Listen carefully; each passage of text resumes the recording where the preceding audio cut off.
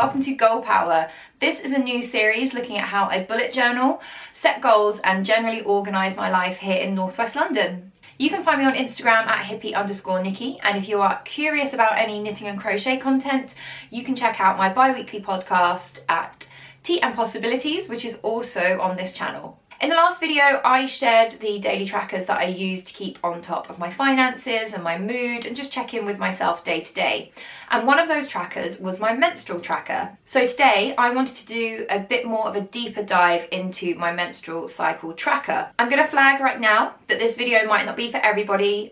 You may not be somebody who experiences a menstrual cycle, or you may not be somebody who wants to hear about somebody else's. I completely understand that. Thank you for checking in. I'll be back again soon with another Goal Power video. Before I dive into my bullet journal, I just wanted to give some background for my own personal story, just so you can understand why I decided to track this and why it is so important to me. I was on the contraceptive pill for about 5 years, and in 2017 I came off of it. In early 2018 I went to the GP because I was experiencing some irregularities in my cycle, fully expecting to be told that this was due to my body settling down after being on the pill for so long.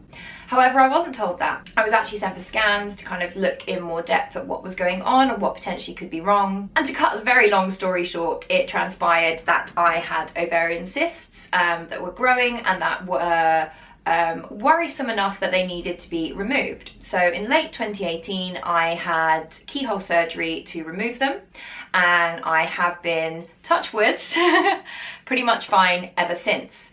I have been to the doctor about various things in my cycle on 2 more occasions, purely because now that I'm aware that irregularities are something I should be paying attention to, it is something that I act upon as soon as I notice them.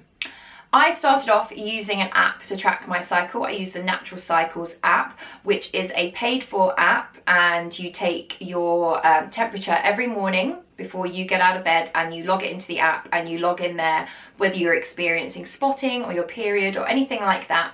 They recently went through an update, which means you can log more information, so about your mood and things like that, which is super useful. I do still use it. I do still pay for it. I find it very useful for finding out when I'm ovulating, because my skin tends to vary around ovulation and when my period is due, and it's also good for seeing a summary of what's happened before and for flagging when my period is potentially due to start. However, the issue that I had with the app is that I couldn't compare cycle by cycle, side by side, and this meant that I wasn't able to see if there were any irregularities in the length of my periods or the length of my cycles.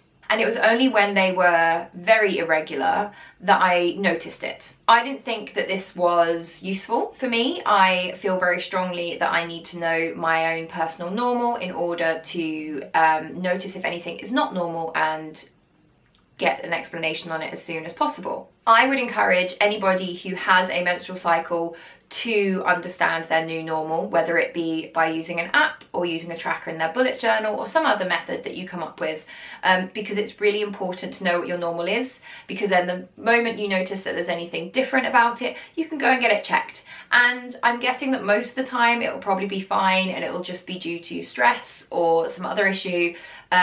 But you know, sometimes it's not, as with me. If I hadn't gone to the doctor when I did, I may have ended up having a more severe reason for going to hospital later. So I'm very glad that I did. So now let's take a look at how I have been tracking my periods in my bullet journal and how that has evolved.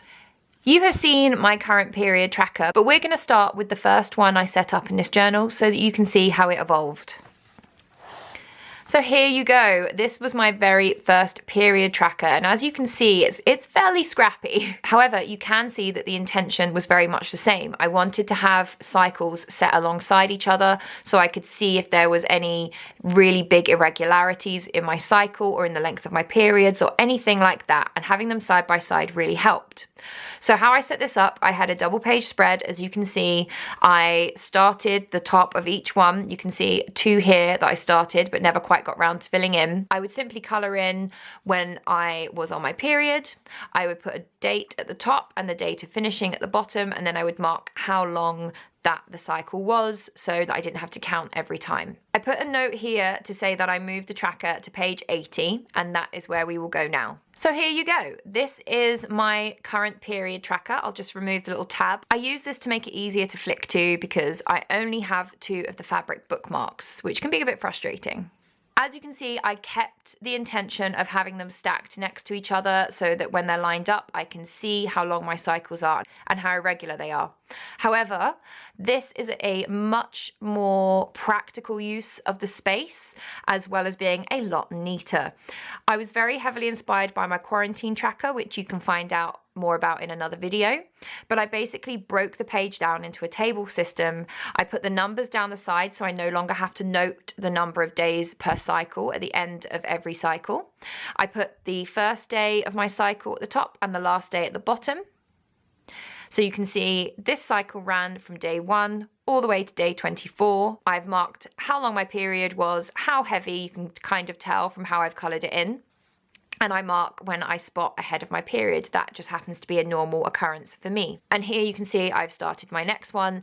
And by the time I have all 8 of these filled out, I will be able to see the average length of my cycle, the average length of my period, and how much I spot before my period begins. While I understand that some people will think that's kind of too much information, for me it is a very natural thing. It happens to a lot of people who experience a menstrual cycle, whether they identify as female or not. And it's really important to understand what is going on in your body, what is right and normal for you, so you can get advice if you so need it. If you are interested in finding out more about periods and getting more in tune with your cycle, I really recommend following Claire Baker on Instagram or checking out her website. I will put links below because her work is really, really interesting and really digs deep into the emotions behind each part of your cycle.